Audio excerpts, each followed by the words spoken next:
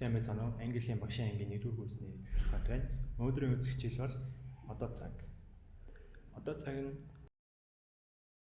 факт хэлэхдээ эсвэл өдөр болгон хийдэг зүйлс, тэгдэг, ингэдэг гэж орчуулагдана. За хэрэглэн бат та хийши дээр үйл үг нь S ав. Жишээ нь she works every day. Тэр өдөр болгон ажилладаг. She гэдэг тэр эмэгтэйг хэлж байгаа болохоор works S авсан байгаа. Асуух үгнээр he, she, it дээр does аваад do, we, you дээр do ав. They, you, we дээр do ав. Жишээ нь do you work here? Чи энд ажилладаг уу? You байгаа болохоор do авч байгаа. Does she like music? Тэр эмэгтэй дуун дуртай юу? Тэр эмэгтэйг she байгаа болохоор does гэд es залгаад does авч байгаа.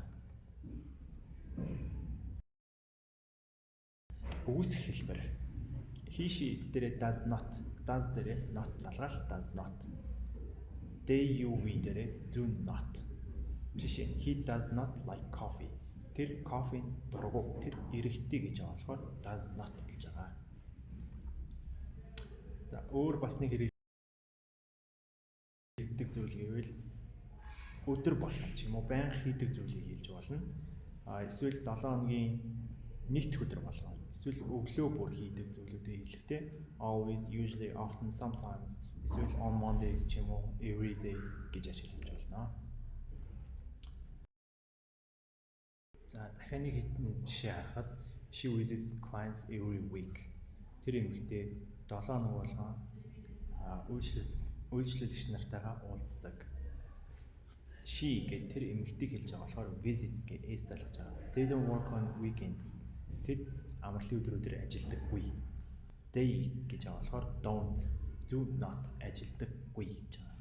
Do you attend meetings regularly?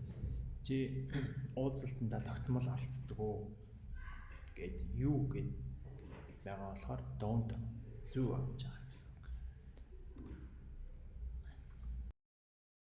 Англи хичээл маань дуусж байгаа юм байна. Баярлалаа. Дараагийн хичээлээр өнгөрсөн цаг үзэн. Гэхдээ гэрийн даалгавраа сайн хийгээд ирээрэй.